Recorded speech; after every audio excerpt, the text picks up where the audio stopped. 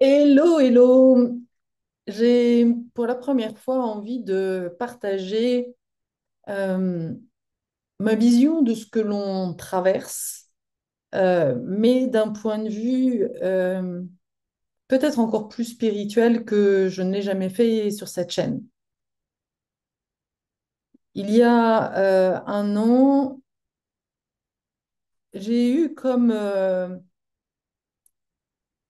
vraiment une envie, euh, un appel à m'intéresser à tout ce qui était Atlante. Euh, Jusqu'à présent, c'était pas un sujet pour moi. Ça m'intéressait pas trop. Et, et pourtant, ouais, tout d'un coup, j'ai commencé à acheter des bouquins, à regarder des vidéos sur ce peuple de l'Atlante. Et c'est comme si, en m'intéressant à ce sujet, je me reconnectais à une vie antérieure, euh, comme si j'avais l'impression, j'ai plein de frissons quand je le dis, comme si j'avais l'impression d'avoir été à ce moment-là, d'avoir participé, d'avoir vécu en fait cette période-là.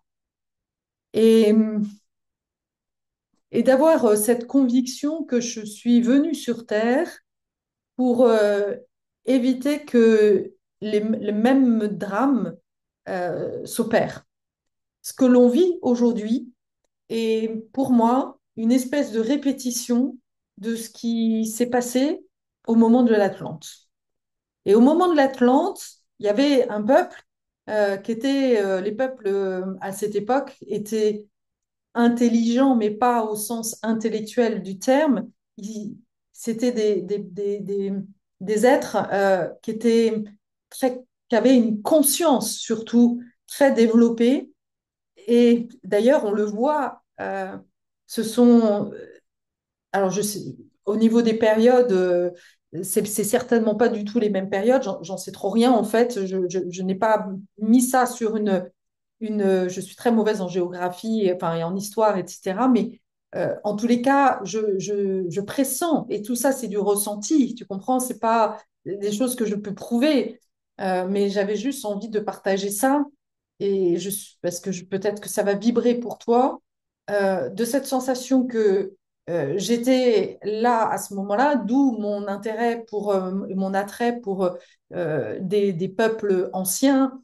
J'ai habité pendant 5 ans à Athènes. Un des premiers voyages que j'ai fait après mon divorce, c'était l'Égypte. J'ai vraiment à cœur et je sens cet appel très fort cette année de retourner en Égypte comme pour écouter les vieilles pierres me parler en fait de ces époques dans lesquelles bah, ils ont pu construire des, des constructions dont on n'arrive même pas à comprendre aujourd'hui la complexité et la façon dont ils ont pu construire ça. Donc ça montre bien que on parle de THPI, tout ça c'est génial, mais excuse-moi, hein, mais pour moi, c'est vraiment une branlette intellectuelle. C'est un moyen que notre ego a trouvé pour se donner l'impression qu'il est supérieur. Mais tout ça, c'est une fausse voie. C'est une fausse voie parce qu'on se rend compte que ce n'est pas l'intelligence. Euh, il peut y avoir de plus en plus de gens intelligents sur Terre, mais n'empêche qu'il y a de plus en plus de conneries humaines aussi, quoi. Et les deux en même temps, en fait. Et je vois à quel point ce ne sont pas forcément les personnes les plus intelligentes, et j'en ai fait partie, qui bah, contribuent à une meilleure humanité, même tout le contraire, parce que ces personnes-là, en réalité, n'arrivent pas à se connecter à leurs propres blessures, à leurs souffrances très profondes. Et cette croyance d'être supérieur, euh, eh bien, masque en réalité un grand vide à l'intérieur. Et, et c'est ce qui fait d'ailleurs que les THPI, très souvent, vivent cette profonde souffrance de se sentir isolé, de se sentir seul au monde, simplement parce que il se, il se voit comme supérieur. Euh, c'est quelque chose dont je parle régulièrement sur cette chaîne. Au début de mon parcours, j'ai eu la chance, et merci Alexander, de m'avoir montré cette grenouille, enfin ce signe que j'avais à l'intérieur de moi, qui à la fois se voyait comme une grenouille, mais qui essayait de se gonfler plus grosse que le bœuf.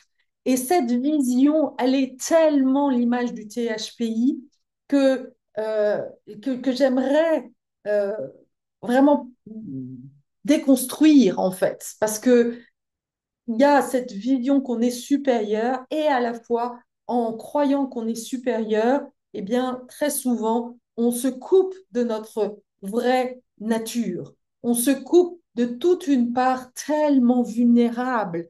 Euh, en ce moment, tu vois, par exemple, euh, oui, il y a une part de moi qui a vraiment l'impression d'avoir tellement avancé, tellement compris de choses sur la psychologie humaine, parce que j'ai lu beaucoup, parce que je suis allée aussi dans les profondeurs de moi-même.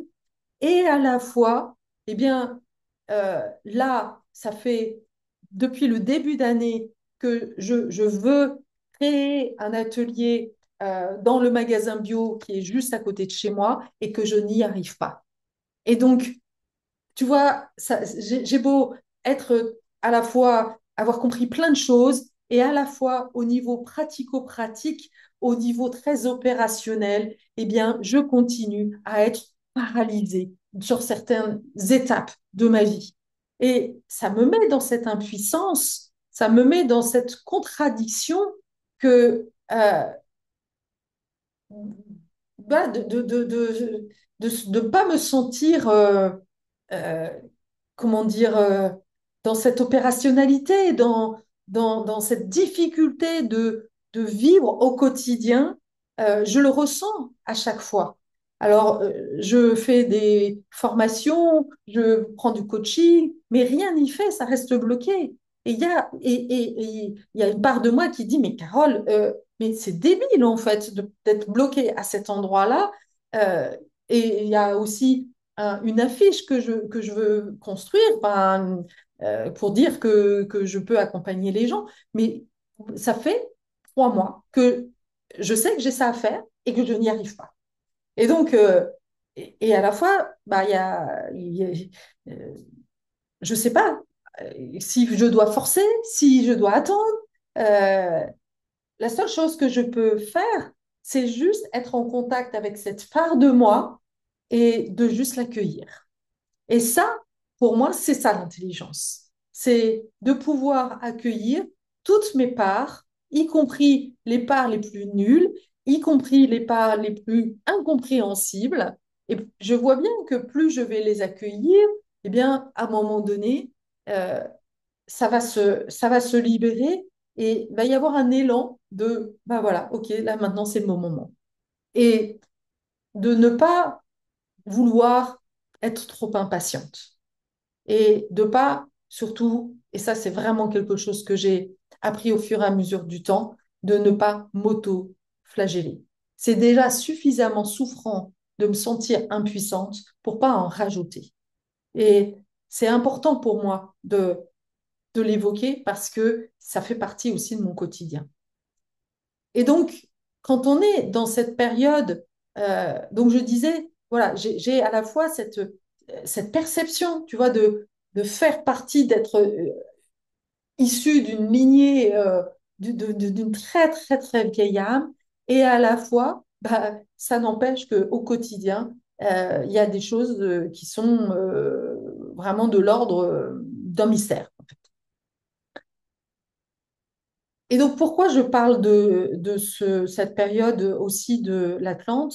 Parce que ce qui me semble prioritaire ici et maintenant, en ce moment, c'est justement de faire le job, de faire le taf, d'être en connexion justement avec ces vulnérabilités, d'accueillir euh, les choses qui nous arrivent parce que je sais, comme on est vraiment on est dans le dur là. 2025, c'est vraiment une année où il y a un énorme changement de planète, où on va être appelé à beaucoup plus de, justement, d'authenticité. Uranus va passer du signe du taureau, qui est quand même voilà, bien dans le côté matériel, le côté rationnel, très terrien, à, au Gémeaux. Le Gémeaux, c'est l'ère de la communication. Donc, pour moi, j'y vois vraiment un appel à beaucoup plus à accepter nos vulnérabilités, à arrêter de faire croire euh, que, voilà, que je suis parfaite. Même si je suis accompagnante. Et pour moi, c'est vraiment hyper important de témoigner que j'accompagne super bien les autres et à la fois au quotidien, bah, moi, je galère aussi. Euh, et l'un n'empêche pas l'autre. Ça, c'est vraiment hyper important pour moi de le témoigner pour que des personnes qui vivent cette difficulté d'être dans la matérialité au quotidien ne s'empêchent pas, ne se privent pas, eh bien, de faire un chemin pour accompagner les autres. Ça veut pas dire de le faire dans n'importe quelle circonstance, mais parce que je pense que c'est vraiment hyper important de, voilà, de sentir quand c'est le moment et de se sentir quand même suffisamment, on va dire, guéri. Ça, c'est vraiment important. Mais de comprendre aussi que très souvent, on peut être, c'est souvent les cordonniers les plus mal chaussés, y compris dans l'accompagnement de la santé mentale et des problèmes psychologiques de manière générale. Et la difficulté, le passage pour moi que je vois euh, va être justement de ne pas céder à la compulsion de cette matérialité. Alors, je vais pas te mentir, j'ai dû couper ma vidéo, mettre en pause, parce que j'avais à aller mettre ma voiture au garage, et donc je ne sais plus très bien où est-ce que j'en étais. Toujours est-il que le sujet, c'était accueillir le changement. Nous sommes tous invités à faire plus de place à la notion de paix, non pas à l'extérieur, mais à l'intérieur de nous. Moi, c'est ce que je ressens. Je sens que il est très tentant et plus on va avancer, plus on va être activé, plus, on va dire, la matrice va tenter, chercher à nous activer, à déclencher chez nous la colère, la, le chagrin, la tristesse. Et l'enjeu là-dedans est justement de ne pas nous laisser prendre au piège, de rester dans l'amour quoi qu'il en soit. Ça, c'est vraiment pour moi le plus grand des défis. Alors attention, amour ne veut pas dire que tu n'as pas le droit d'être dans la colère authentique. Au contraire, ça aussi, c'est OK, non, ça c'est non, pour moi. Je pose des limites. C'est super important de ne pas tomber dans le sacrifice non plus. Euh, donc, de rester vraiment aligné avec ce qui est juste pour soi. Et surtout, ça, c'est vraiment, pour moi, un des plus grands défis de l'humanité, c'est arrêter de blâmer, arrêter de croire que le problème vient de l'extérieur. C'est tellement facile, c'est tellement pratique. Et à la fois, bah, c'est pas ça le chemin de la conscience. La conscience, c'est au contraire, c'est OK, d'accord, il y a quelque chose qui m'impacte de l'extérieur, mais je me sens comment avec ça, là maintenant? Qu'est-ce que ça me renvoie? Qu'est-ce que j'ai à nettoyer? Qu'est-ce que j'ai à purifier?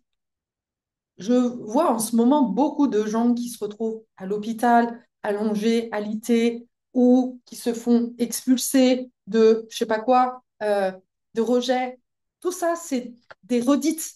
Tout ça, il faut le voir comme des mises en scène, des répétitions de traumatismes du passé que nous avons tous à nettoyer, à purifier. Et c'est pas simple de revenir à soi et de ne pas répondre à la tentation de dire oui, mais c'est lui qui a fait ci, oui, mais moi, j'ai rien à me reprocher. Non, c'est vraiment une illusion. C'est, c'est justement continuer à jouer le jeu de la matrice. Le problème n'est jamais à l'extérieur, le problème est toujours à l'intérieur de nous. Ça, c'est vraiment pour moi le défi du moment. Et puis aussi, l'autre chose qui me vient, c'est d'accueillir le vide. Et ça, je veux dire qu'en ce moment, moi, c'est vraiment ce sur quoi je bosse. C'est-à-dire que quand on est dans une phase de grande mutation, et d'ailleurs, j'adore regarder les animaux pour m'inspirer, notamment le homard. Le homard, il perd sa coquille et donc il se retrouve à poil. Et là, on est à poil, on est sans coquille. Et c'est ça qui est vraiment, en tous les cas, moi je sens que c'est là-dedans que je traverse cette vulnérabilité, je traverse cette hypersensibilité, je reçois tout, je perçois tout et à la fois comment rester aligné, ce pilier de lumière. Alors, par rapport à ça, ce qui est vraiment hyper aidant, c'est de faire des rituels justement pour continuer à se relier à ce pilier de lumière.